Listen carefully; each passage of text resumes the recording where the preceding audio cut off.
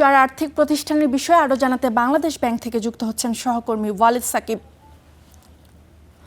ওয়ালিদ, এসব প্রতিষ্ঠানের আমানত ফেরত দেওয়া শুরু হবে কবে নাগাদ? এর জন্য কি আলাদা কোনো স্কিম করা হয়েছে কিনা আমাদের জানাবেন। চারটি আর্থিক প্রতিষ্ঠান যেগুলোতে প্রশাসক নিয়োগ দেওয়া হয়েছে এবং অকার্যকর ঘোষণা করা হয়েছে রিমি, সেই চারটি আর্থিক প্রতিষ্ঠানের যে আমানত ফেরতের যে প্রক্রিয়া, সেটি একটি নির্দিষ্ট স্কিম আগে ঘোষণা করা হবে।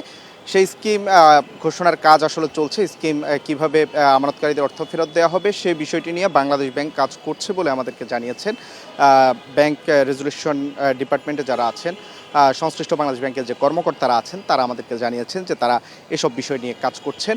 খুব দ্রুতই আসলে স্কিম প্রণয়নের কাজ তারা করছেন। তারা বলছেন যে দ্রুত স্কিম কীভাবে ঘোষণা করা যায় সে বিষয়টি তারা চেষ্টা করছেন দ্রুত ঘোষণা করার। আর বিষয়টি হচ্ছে যেই চারটি আর্থিক প্রতিষ্ঠান অবসায়নের প্রক্রিয়ায় যাচ্ছে, অথবা যদি বলি যে অকার্যকর বাংলাদেশ ব্যাংক ঘোষণা করেছে, সেই চারটি আর্থিক প্রতিষ্ঠানে আসলে কেন ঘোষণা করতে হয়েছে, এর কারণ হচ্ছে বিপুল পরিমাণ খেলাপি ঋণ। কিন্তু আমরা যদি এফএস ফাইন্যান্সের কথা বলি, এই আর্থিক প্রতিষ্ঠানটি কিন্তু পিকে হালদারের লুটপাটের শিকার। এটি আমরা জানি যে বিভিন্ন সময় পিকে হালদার এই প্রতিষ্ঠান থেকে অর্থ সরিয়েছেন। বর্তমানে এই প্রতিষ্ঠানের 99.93% ঋণই কিন্তু খেলাপি হয়ে পড়েছে। অর্থাৎ এই প্রতিষ্ঠানটি যত টাকা ঋণ বিতরণ করেছেন, 100 টাকা ঋণের বিপরীতে 99 টাকায় কিন্তু এখানে খেলাপি হয়ে পড়েছে।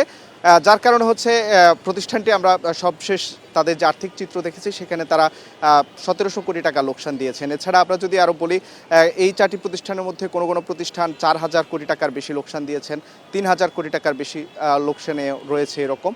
তো এসব কারণে বাংলাদেশ ব্যাংক এখন দেখছে যে এই প্রতিষ্ঠানগুলো কোনোভাবেই আমানতকারীদের অর্থ ফেরত দিতে পারছে না, যে কারণে তারা এই প্রতিষ্ঠানগুলোকে সময়ও দেওয়া হয়েছিল ঘুরে দাঁড়ানোর জন্য, কিন্তু তারা ঘুরে দাঁড়াতে পারেনি। তারা আমানতকারীদের অর্থ ফেরত দিতে ব্যর্থ হয়েছেন।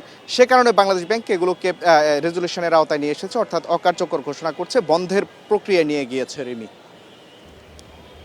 ধন্যবাদ ওয়ালিদ।